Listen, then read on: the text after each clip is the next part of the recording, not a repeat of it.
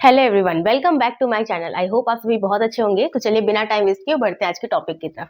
आज हम लोग सीखने वाले हैं आईयूपीएससी नोमेनक्लेचर के पॉलीफंक्शनल क्या बोल रहे हैं।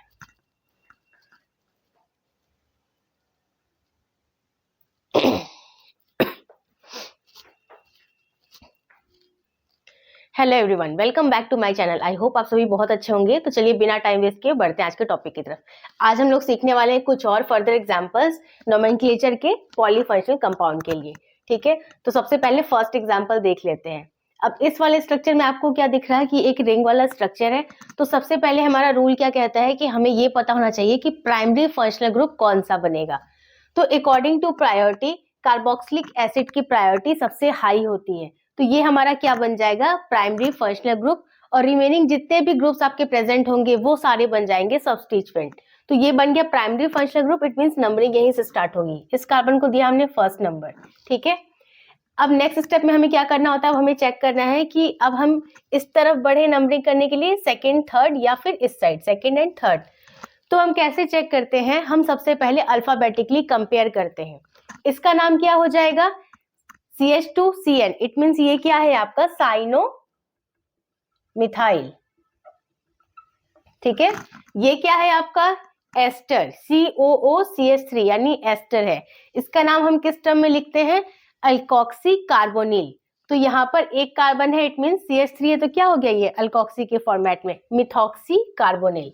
तो ये हो गया है आपका मिथॉक्सी कार्बोनिल।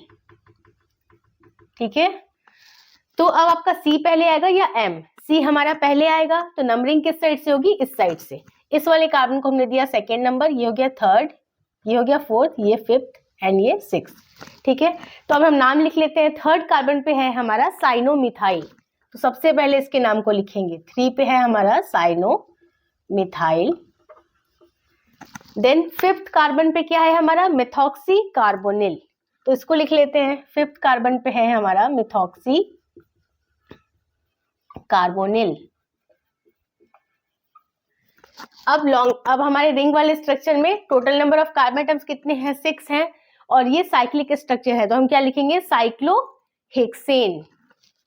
साइक्लोहेक्सेन। अब यहाँ पर रिंग वाले स्ट्रक्चर से डायरेक्टली हमारा फंक्शनल ग्रुप अटैच हो रहा है। वैसा फंक्शनल ग्रुप अटैच हो रहा है जिसके पास कार्बन है। तो जब भी रिंग वाले स्ट्रक्चर से कोई ऐसा फंक्शनल ग्रुप अटैच हो जिसमें कार्बन होता है, तो उसका नाम हम कैसे लिखते हैं। अगर ये नॉर्मल स्ट्रक्चर होता, स्ट्रेट चेन होती, तब तो हम कार्बोक्सिलिक एसिड के लिए क्या सफिक्स ऐड करते थे, ओइक एसिड।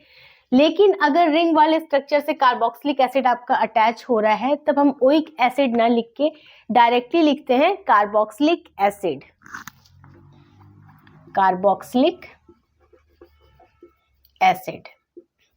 ठीक है, तो इसका नाम क्या पड़ गया, 3 साइनोमिथाइल 5 methoxy carbonyl cyclohexane carboxylic acid. Next example देखते हैं।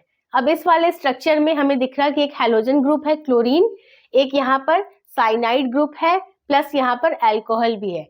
तो अकॉर्डिंग टू प्रायोरिटी किसकी प्रायोरिटी सबसे हाई होती है, साइनाइड की। तो इसको हमने दिया फर्स्ट नंबर। अब हम सेम वही रूल अप्लाई करेंगे। अब हम क्लोरीन को सेकेंड नंबर दें या OH को सेकेंड नंबर दें। क्लोरीन के लिए हम क्या लिखेंगे, क्लोरो। इसके लिए हम क्या लिखेंगे, क्लोरो।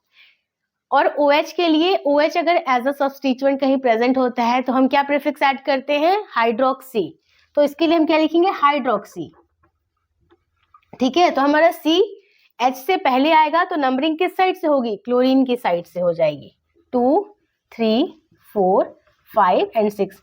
इस चीज में किसी को कोई प्रॉब्लम तो नहीं आ रही है कि नंबरिंग कैसे हो रही है। अल्फाबेटिकली बस आपको सिंपली कंपेयर करना है कि कौन सा लेटर आपका पहले आ रहा है। जो लेटर पहले आ रहा है नंबरिंग उसी साइड से हो जाती है। ठीक है, तो अब सेकेंड कार्बन पे है हमारा क्लोरीन, तो सबसे पहले लिख लेते हैं। 2 पे है हमारा क्लोरो। देन 6 कार्बन पे है हाइड्रोक्सी, तो इसको हमने मेंशन कर लिया। 6 पे है हमारा हाइड्रोक्सी। देन रिंग वाला स्ट्रक्चर है और 6 कार्बन एटम है, तो हम क्या लिखेंगे, साइक्लोहेक्सेन। अब यहाँ पर भी देखिए, रिंग वाले स्ट्रक्चर से डायरेक्टली जो फंक्शनल ग्रुप अटैच हो रहा है उसके पास क्या है, कार्बन। तो यहाँ पर हम नाइट्राइल नहीं लिखेंगे, अब हम क्या ऐड करेंगे, कार्बोनाइट्राइल। कार्बोनाइट्राइल। तो यही सारे डिफरेंसेस का आपको ध्यान रखना है। इसका नाम हो गया 2-chloro-6-hydroxy cyclohexane carbonitrile. Next example देखते हैं।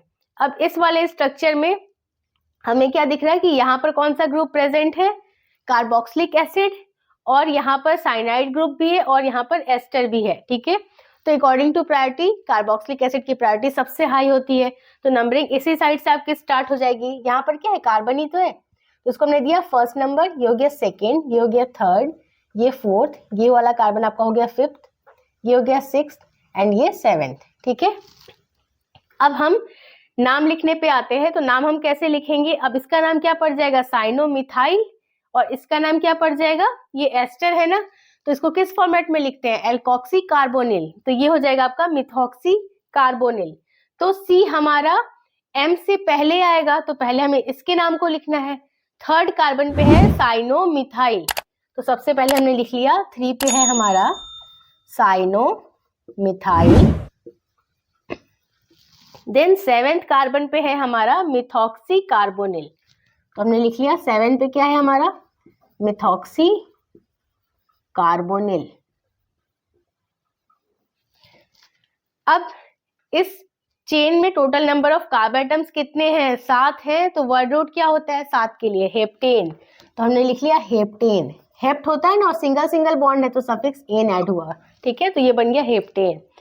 अब यहाँ पर क्या है कि फर्स्ट कार्बन पे आपका कार्बोक्सिलिक एसिड प्रेजेंट है, बट ये रिंग वाला स्ट्रक्चर नहीं है। ठीक है, रिंग वाले स्ट्रक्चर में कार्बोक्सिलिक एसिड अगर अटैच होता था तो हम क्या ऐड करते थे, सफिक्स कार्बोक्सिलिक एसिड, बट ये रिंग वाला स्ट्रक्चर नहीं है। ठीक है, तो रिंग वाला स्ट्रक्चर जब नहीं है, स्ट्रेट चेन है आपकी, तो फिर हम क्या सफिक्स ऐड करते हैं, ओइक एसिड, जैसे आप पहले भी करते आए हैं। तो ये क्या बन जाएगा, हेप्टेन। फर्स्ट कार्बन पे क्या है आपका, ओइक एसिड है। अब यहाँ पर ई के बाद डायरेक्टली ओ मिल रहा है ना आपको, तो ये वाला ई आपका कैंसिल हो जाएगा। इसको आप क्या लिख सकते हैं, 3 साइनोमिथाइल 7 मिथॉक्सी कार्बोनिल हेप्टेनोइक एसिड। 1 को भी मेंशन करना कंपलसरी नहीं है, हेप्टेनोइक एसिड। ठीक है, तो यही सारी चीजें आपको पढ़नी थी पॉलीफंक्शनल कंपाउंड्स के अंदर। आई होप ये टॉपिक आपको अच्छे से समझ आ गया होगा। इस वीडियो से रिलेटेड कोई अगर डाउट है आपके मन में तो आप मुझे कॉमेंट सेक्शन में पूछ सकते हैं। वीडियो अगर यूजफुल लगा है तो इसे लाइक कर दीजिए, और अगर अभी तक आपने मेरे चैनल को सब्सक्राइब नहीं किया तो प्लीज सब्सक्राइब कीजिए। मैं मिलती हूँ आपसे नेक्स्ट वीडियो में, तब तक के लिए take care and bye bye.